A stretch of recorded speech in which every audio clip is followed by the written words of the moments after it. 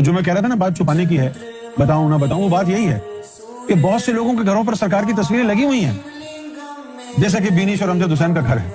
یہاں سرکار کی تصاویر لگی ہوئی ہیں، لیکن سرکار نے باطنی چادریں اپنے جسوں پر ڈالی ہوئی ہیں کہ یہ گستاخوں کا گھر ہے، یہاں میں اپنے جلوے نہیں دکھاؤں گا۔ ان تصاویر تک کے اوپر غلاف ہے۔ یہ پتہ نہیں کن سوچوں میں ہے کہ ہم تو بہت بڑے عاشق ہیں۔ یا مجھے بتاؤ کہ ایسے گھروں میں، ایسے کمروں میں تم گھوم رہے صبح شام، جہاں سرکار کی تصویریں لگی ہوئی ہیں، اور پھر سرکار کی نظروں میں نہیں رہے اور گستاخوں سے مل لیے تم، تو پھر سرکار کی تصویروں کا گھروں میں لگنے سے فائدہ کیا ہوا؟ تو سرکار کی ان تصاویر کا اثر کیوں نہیں ہوا تمہارے اوپر؟ کہ وہ تمہارے ذوف ایمانی کی وجہ سے وہ منہ پھیر کے تصویر مبارک میں جو جسے ہیں، اپنے اوپر چادر اوڑھ کے وہ تصویروں کے جسے بیٹھے ہوئے، ان تصویروں سے تمہارے گھر کو کوئی فیض نہیں ہو رہا۔ میں یہ باتیں بتاتا اس لیے نہیں ہوں تاکہ آپ لوگوں کی جو ہے اور زیادہ پریشانی نہ ہو جائے،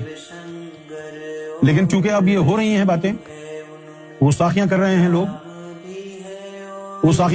لوگ،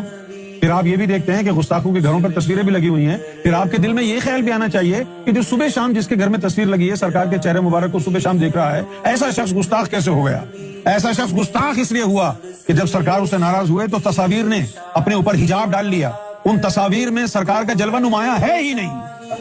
ان گھروں میں جا کے سرکار کی تصویروں کو دیکھو تو تمہیں لگے گا یہ تصویریں اداس ہیں، کیونکہ ان گستاخوں سے منہ موڑ لیا ہے، حجاب ڈال کے رکھا ہے۔ لگا لو تصویریں، کس کو بیوقوف بناؤ۔